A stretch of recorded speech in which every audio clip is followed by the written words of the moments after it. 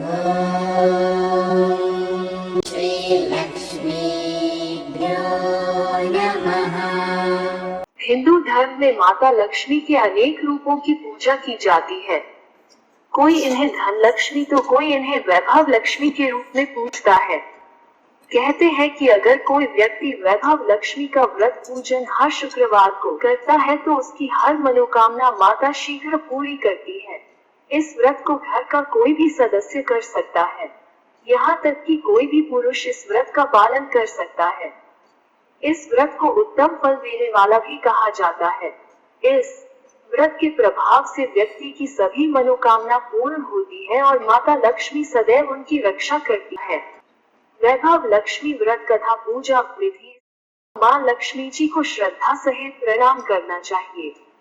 फिर माता जी के धन लक्ष्मी स्वरूप की छवि को वंदन करके भाव से मन ही मन प्रार्थना करें, हे माँ धन लक्ष्मी, मैंने आपका वैभव लक्ष्मी व्रत करने की मन्नत मानी थी, वो व्रत आज पूर्ण किया है। हे माँ, हमारी जो मनोकामना हो वो बोले मनोकामना पूर्ण करे, हमारी हर विपत्ति दूर करो, हमारा सबका कल्याण करो। जिसे संतान न हो उसे संतान देना, सौभाग्यवती स्त्री का सौभाग्य अखंड रखना, कुंवारी लड़की को मनभावन पति देना। जो आपका यह चमत्कारी वैभव लक्ष्मी व्रत करे, उनकी सब विपत्ति दूर करना, सभी को सुखी करना। हे माँ, आपकी महिमा अपार है, आपकी जय हो। ऐसा बोलकर लक्ष्मी जी के धन लक्ष्मी स्वरूप की छवि को प्रणाम करें। वैभव लक्ष्मी व्रत 7, 11 या 21 जितने भी शुक्रवारों की मन्नत मांगी हो उतने शुक्रवार तक यह व्रत पूरी श्रद्धा तथा भावना के साथ करना चाहिए। आखिरी शुक्रवार को इसका शास्त्रीय विधि के अनुसार उद्यापन करना चाहिए। आखिरी शुक्रवार को प्रसाद के लिए खीर बनानी चाहिए। जिस प्रकार हर शुक्रवार को हम पूजन करते हैं वैसे ही करना चाहिए।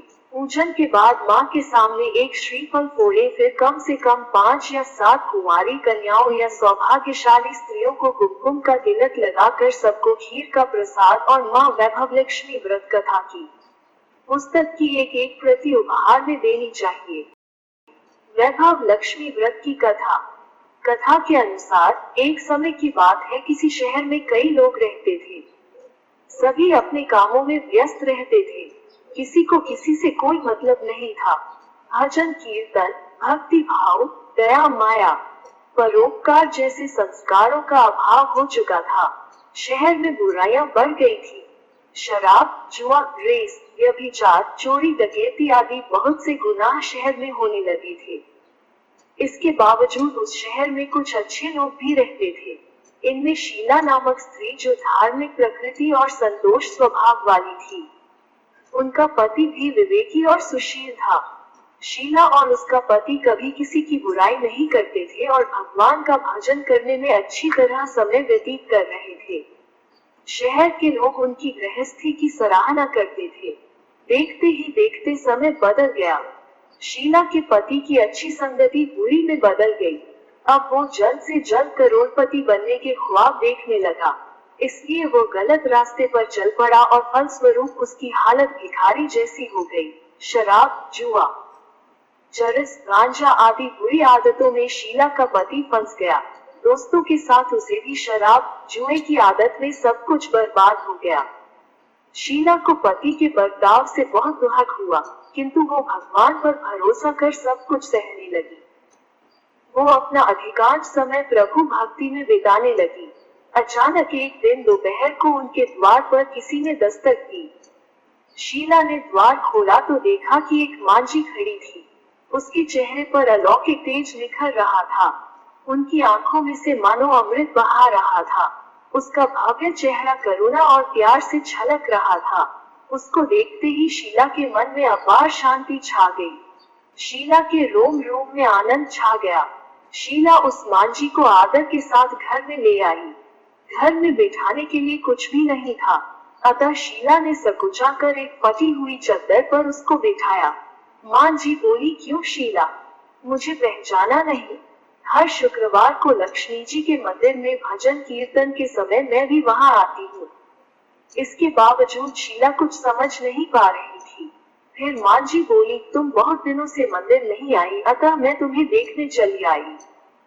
माँ जी के अति प्रेम भरे शब्दों से शीला का हृदय पिघल गया।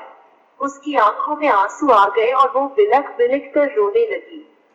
माँ जी ने कहा, बेटी, सुख और दुख तो धूप और छांव जैसे होते हैं।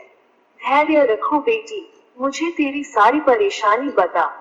माँ जी के व्यवहार से शीला को काफी संबल मिला और सुख की आस में उसने माँ जी को अपनी सारी कहानी कह सुनाई। कहानी सुनकर माँ जी ने कहा, कर्म की गति न्यारी होती है। हर इंसान को अपने कर्म भुगतने ही पड़ते हैं, इसलिए तू चिंता मत कर। अब तू कर्म भुगत चुकी है, अब तुम्हारे सुख के दिन अवश्य आएंगे। तू तो माँ लक्ष्मी जी की भक्त है। माँ लक्ष्मी जी तो प्रेम और करुणा की अवतार है।